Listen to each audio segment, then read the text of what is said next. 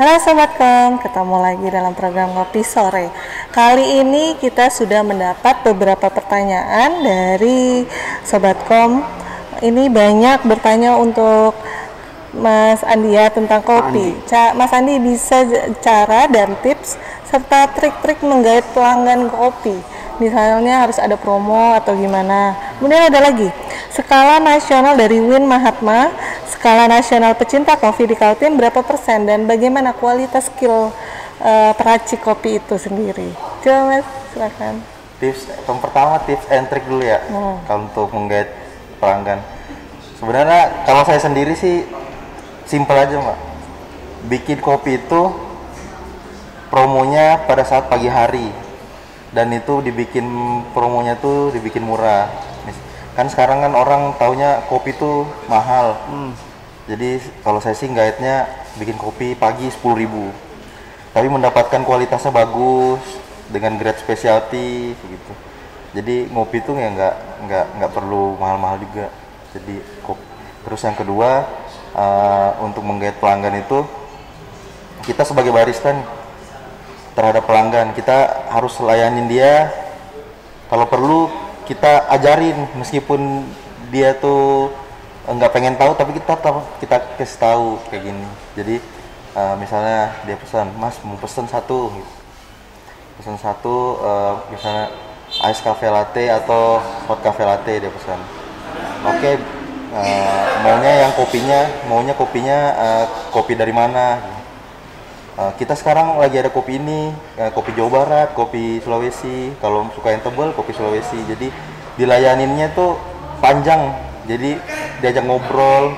Jadi sehingga mereka tuh jadi penasaran. Oh, ada ya ternyata ya kopi bermacam-macam. Gitu. Dia kan taunya kan cuma tahu minum aja.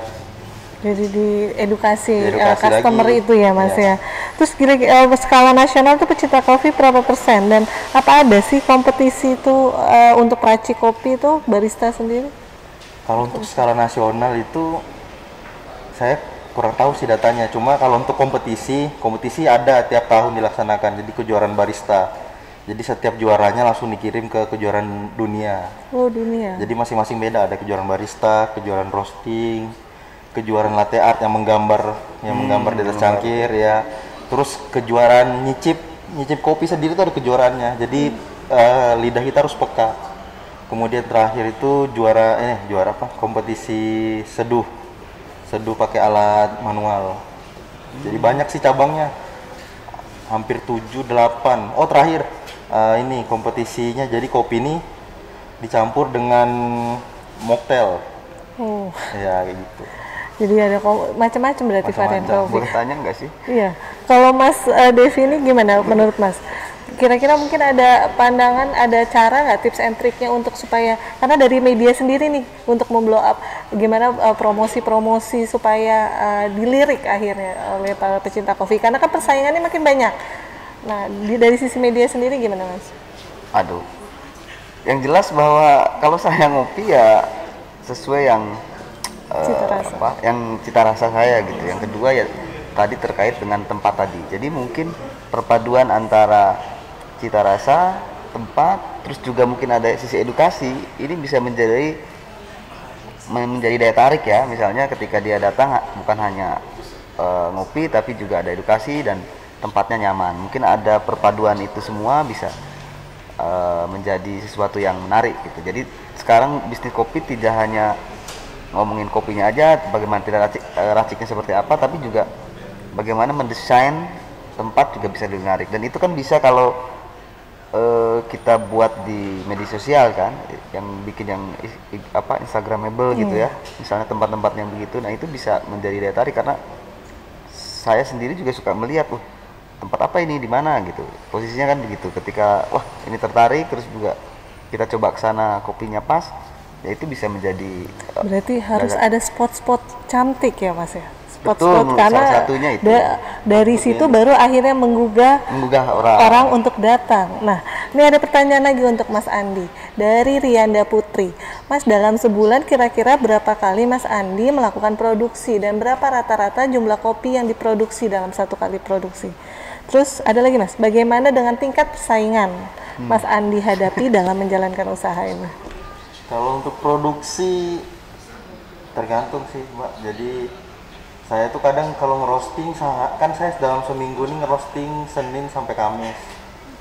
Jadi satu kali dalam satu hari tuh kurang lebih 50 kilo saya ngerosting. Tapi nggak habis sih. Biasa kan saya stok tuh. Jadi kadang kalau misalnya stoknya masih banyak, saya nggak ngerosting.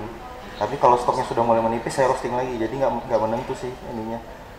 Kemudian kalau untuk persaingan antar roaster, kalau saya nggak persaingan ada, cuma saya nggak nganggap itu persaingan sih. Jadi saya sama roaster lain itu saling tukar pikiran. Misalnya, biji kopi apa nih sekarang lagi tren kayak gitu tuh.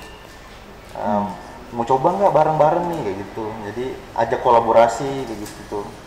Barengan. Jadi misalnya kolaborasinya terakhir yang saya bikin kolaborasinya pada saat tanggal 17 Agustus.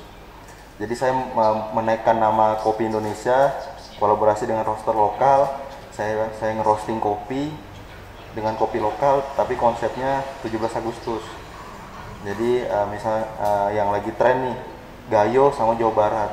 Nah itu saya sama roaster yang lain kolaborasi buat ngerosting kopinya bareng-bareng. Terus dijual secara limited edisi, jadi nggak banyak. Jadi kolaborasi sih, nggak ada persaingan gitu. Persaingan sehat, Iya. sama-sama sukses kita ya Pak. Mas Andi ini Bayong, biji kopi apa yang paling banyak di pasar Kaltim? Robusta, Arabica atau ada yang lain? Kalau Robusta sama Arabica itu pasarnya sama-sama banyak.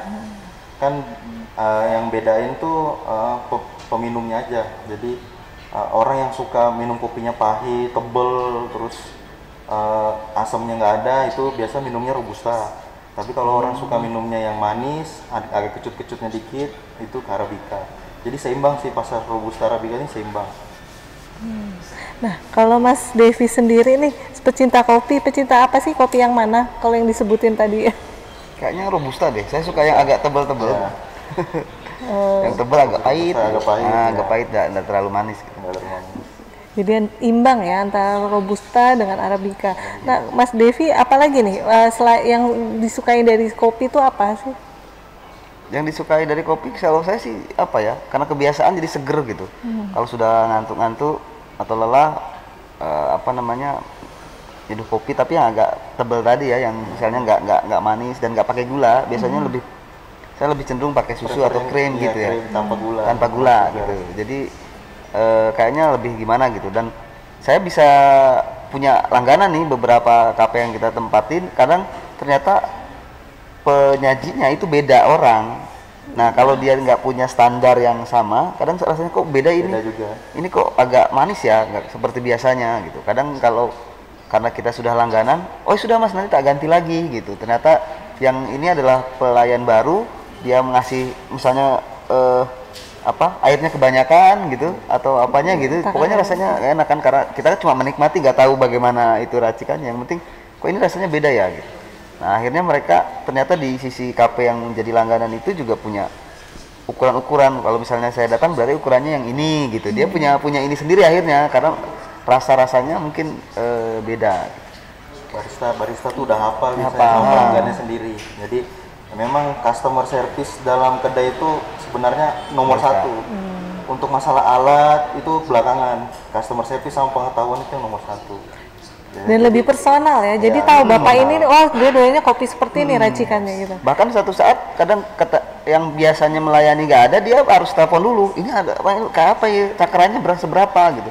Dia tahu takaran airnya berapa gitu. Karena kita bisa komplain kok beda gitu, dan kita sering melakukan itu ketika ini nggak enak gitu, atau misalnya terlalu manis, terlalu apa gitu.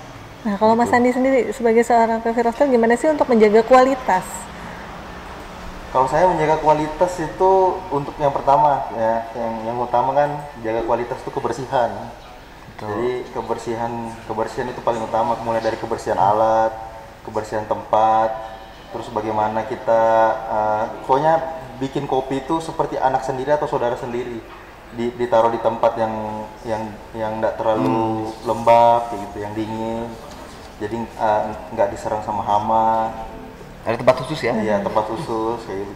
Di karung ini juga ada karung khususnya, jadi kita request ke petani, sebelum diberangkatkan kopinya dikarungin tebal-tebal dulu biar suatu saat di jalan ketika kena banjir, kena percikan air dia nggak tembus dalam. Tapi ada kedaluarsanya ya kopi itu ya? Iya. Kalau untuk kopi mentah itu, kopi mentah kadaluarsanya itu sekitar 1 sampai 2 tahun.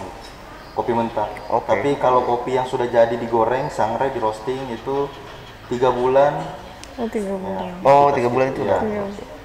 Jadi Tapi dalam bentuk biji cukup kopi lama. tapi. Kalau dalam bentuk bubuk, sudah jadi bubuk, sebentar aja paling seminggu. Oh, makanya tadi kalau proses roastingnya 50 kilo langsung satu kali produksi ya? Jadi sekali produksi 5 kilo, jadi 5 kilo. berarti 50 kali 10 kali. Iya. 10 Buat kali 10 kali menggoreng ya. oh. Dan itu di tempat Mas hanya Mas sebagai coffee roaster atau ada Iya. sudah yang Saya sama asisten roaster. Sudah Jadi ada. asisten roaster itu ngebantu memilih-milih biji kopi yang cacat. Nah itu kan menjaga kualitas juga tuh. Jadi biji kopi yang cacat dipisahkan, yang bentuknya bagus sempurna masuk ke proses produksi. ini menarik dari bentuknya saja sudah bisa Iya. membedakan rasa. Betul, betul. Iya gitu. Jadi ada yang cacatnya pucat, ada yang cacatnya hitam, belang, gitu. Itu dibuang harus benar-benar fresh hijau. Oh, rasanya beda jadi juga ya? beda rasa beda-beda itu ya kalau dari roasternya dia mencampur ya, Ya. tidak Nah, istilahnya sih grading, jadi Iya. menentukan kualitas biji kopi dari yang paling jelek sampai yang paling bagus. Itu Yang harus paling ada. bagus produksi, yang paling jelek disimpan atau dijadikan buat pelajaran, edukasi gitu tuh. Jadi Oh. kita memperhatikan customer, ini biji kopi yang Mas atau Mbak minum tuh kayak gini, Pilihan, bersih, biji kopi pilihan. beda sama yang komersil yang kayak gini yang banyak cacatnya. Jadi dikasih tahu. dikasih gitu. tahu. Jadi dari biji kopi pilihan itu teraciklah sebuah kopi, seduhan kopi yang nikmat, dan itu pun diracik lagi oleh barista yang macam-macam ya, seperti yang tadi Mas Devi bilang, selera tergantung customer. Nah, kalau di sana sendiri buat menjaga agar customer itu kembali atau gimana itu Mas? Sebenarnya customer di Samarinda ini customernya itu aja sih ya? ya. Karena mereka itu sudah bagian lifestyle mereka. Jadi misalnya saya kan kadang jalan-jalan ke tempat lain, jadi saya kadang ketemu customer saya yang lain, nah saya tegur. Nah lama-kelamaan customer ingat, jadi kalau customer tuh merasa diingat, mereka pasti balik lagi kayak gitu kembali. Kayak gitu. Yang jadi fokus utama untuk pasar di sini tuh sebenarnya harus mencari penikmat kopi baru, kayak gitu. Makanya saya mengutamakan Segmen edukasi. baru justru ya. Iya. Jadi yang dari nggak aware jadi tahu, akhirnya suka. Nah, itu Karena masyarakat ya itu aja pecinta kopi yang direbutkan itu justru adalah target kedepannya adalah gimana menambah penikmat kopi. yang baru dengan Nah itu edukasi. tugasnya media bukan Mas? Coba. Ya mungkin nanti tadi itu bahwa sekarang kan konsennya di kesehatan ya. Mungkin dengan menampilkan produk-produk kopi yang sehat, kopi yang bisa bermanfaat atau apalagi bisa menangkis COVID ya. Iya. Wah, itu keren bisa jadi ya kan, misalnya seduh kopi ini bisa meningkatkan kekebalan tubuh, mungkin sekarang lebih ngehit ya ketimbang misalnya yang itu. Apalagi kalau rasanya juga bisa pas di lidah. Saya sebagai penikmat kopi tentu ketika rasanya pas di lidah dan itu ada manfaat, apalagi menangkal atau meningkatkan kekebalan tubuh saat ini ya pasti akan memilih itu gitu. Gitu Tapi aja Mas, sih. banyak varian kopi. Kalau untuk pecinta kopi, benar-benar kopi murni itu banyak nggak buat di Samarinda? Karena banyak kan orang itu hanya mau kopinya aja hanya kopi. Banyak. Jadi sebenarnya Samarinda ini dari dulu sudah awalnya orang kenal kopi sudah paham. Jadi mereka sudah benar-benar meminum kopi pure, kopi aja tanpa dicampur apa-apa. Jadi kopi hitam istilahnya. Kadang mereka pakai style lama. Jadi bubuk kopi langsung disiram air panas. Ya udah gitu aja ditubruk. Ya. Nah, sekarang kan yang lagi tren kan yang disaring pakai kertas gitu, biar lebih bersih, lebih clean kayak gitu. Nggak menyisakan sisa-sisa bubuknya.